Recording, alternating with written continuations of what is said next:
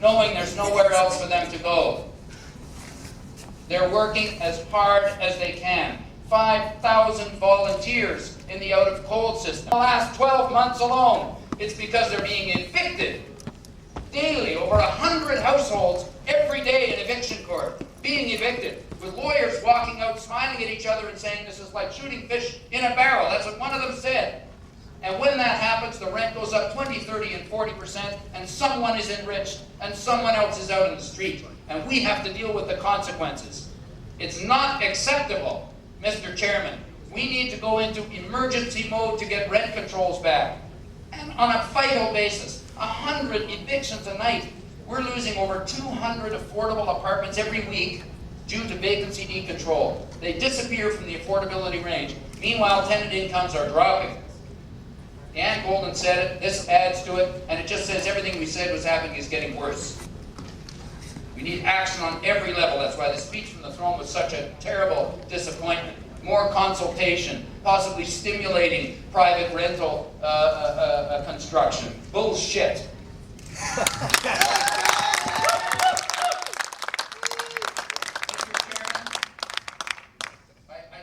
I don't even want to talk about this advertisement. I've got the text of it here. It just made my blood boil that someone would come on. It takes a warm heart to help the homeless. Brought to you by the Conservative Government of Ontario. What the hell is going on with public tax dollars? Why are they spending money that way, spreading lies, and then having our people on the end of that phone line? You know who's on the end of that phone line?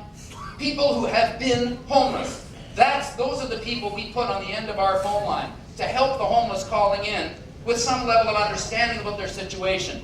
And now the government is encouraging citizens who see homeless people down there in these horrible little tents. And so down come the Jurikits and Home Depot, God bless them, because they were initially told, well, you better clear the site, but they listened and said, well, we're ready to work with you. And they've been terrific. And charities and private groups that have gone down to help out. And now the community, and they're here, right here. These are the people who live in Tent City. These are the people. And I've had meetings with them. I don't know if you saw Gay Abadi's article in the Globe, or you've been watching Adam Bond's series on Tent City, or read McLean's magazine. They've come a little, they have committees, motions, strategies. They're bright. They're becoming a community. What do we talk about when we use rhetoric? Community development. Working with people. That ought to be what we're doing. And my motions, which are going to be circulated, because I was supposed to read them and I didn't, so one of them says, let's work with this community as a community to help them in their relocation. And let's build on the positive community development which has developed within Tent City and work with the community to find solutions. And I want to tell you that Home Depot's on board for this. And we think the MOE will stay with us. And we do want to move them from a toxic site. Of course, the MOH is right. It's not an acceptable place for people to be, and we've got to work for a solution. But if they end up on the street, they'll be breathing the fumes of cars and diesels. And that's no better, surely. Anyway, I don't have time to read my motions, Mr. Chairman, so I'll just leave them. They're written out, the clerk has them. And I don't have time to read them. Well, all right. First, that the city, we add to recommendation 20A, and I would move 20A, even though I'm a little worried about the language, but I'm hoping the amendments will create a clear sense of where we want to go here. That the city build on the positive community development which has happened within Tent City and work with that community to find solutions. And we need an alternative temporary accommodation for people who are homeless and not using the emergency shelter system. Such alternatives could involve the use of prefabricated manufactured structures. Of course, they have to meet the minimum standards as outlined here. And we need to work to accomplish that. Fourth, that the city work with Home Depot and the Tent City community to establish a timeline for reporting purposes. That addresses the issue we talked about earlier. And finally, that the City Council request the Province of Ontario not to spread misleading information such as that contained in the public service announcement concerning available beds. I will circulate the language both of the announcement, the original one that was pulled, and the revised one, which is now making its way into the airwaves so we understand. Mr. Chairman, thank you for your indulgence on this, and thank you, members of council, because I know many of you have done your own research on this, and you're all grappling with this issue in your communities, and I really appreciate what you're all doing here, including the chairman of the committee and everybody here, and the staff. Councillor Duggan.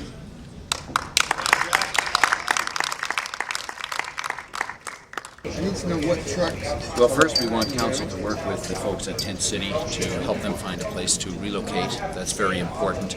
Secondly, we need council to recognize officially that we don't have enough beds for all the people who are in the street, because there's this myth out there, and including a Conservative government advertisement telling people there are enough beds, and it's just not true. It's not true, and we need to get that message out there. We've got a lot more work to do. In terms of actual actions by the city, we need to keep on opening new shelters, but we need to get affordable housing from the federal government, and we need rent controls from the provincial government. Otherwise, the numbers are just going to keep rising rapidly. Just to go back to Tent City, has the site been found? How much longer can they stay? Well, our examination of it has narrowed the sites down to 3 or 4, most of them down in the Portlands area. And what we have to determine is that the land would be cleaner than the land they're on right now. Home Depot's been great. They're working with us on this, as well as lots of private manufacturers and construction companies, Butcom, a few others. And I think we can find a really interesting solution here. Every day we see people on the streets. You have this video here today. Why was it so important to show your colleagues? Well, what we showed our colleagues here was that the Out of the Cold program, run by amazing volunteers, really amounts to people on mats on a concrete floor, and they're shoulder to shoulder. And when you see over 100 people in a basement room, shoulder to shoulder, you have to ask yourself, what has it all come to? And in the very facility we showed, apparently there was room for 20 more to be squeezed in. And this is what the provincial government has been advertising is available, as though to blame the homeless. Jack, il y a un rapport de Mme Golden qui disait la même chose il y a 2 ans. Il y a 2 ans, il y a 2 ans, il y a 2 ans. Nouvelles approches? On a besoin de nouvelles approches, comme par exemple la construction de nouveaux logements abordables. Mais nous n'avons pas entendu dire rien de la part du gouvernement fédéral hier dans la lecture de trône. Our homeless report card, which came out today, shows that in the last 12 months alone, the number of families with children have risen in the shelter system. The affordable housing stock is disappearing. That's what's new. We've now had 2.5 years of vacancy control on rents, and rents are going through the roof. You can't find an affordable place anymore. People are having to live 3, 4, and 5 people together in a 1-bedroom to be able to afford it. And even these aren't available. Well, in many ways, there's not a whole lot the city can do. It's sort of like you're out in the battlefield and all they've given you is Band-Aids. And so you're putting Band-Aids on these mortal wounds.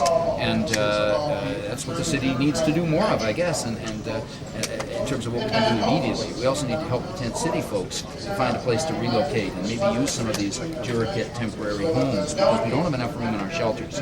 There were over 400 people on the street just last Sunday night and only 99 quote-unquote beds. But as we saw in the videotape we showed, these beds amount to mats on a very crowded floor, shoulder to shoulder. And they really don't amount to dignified, decent accommodation of any sort or any description.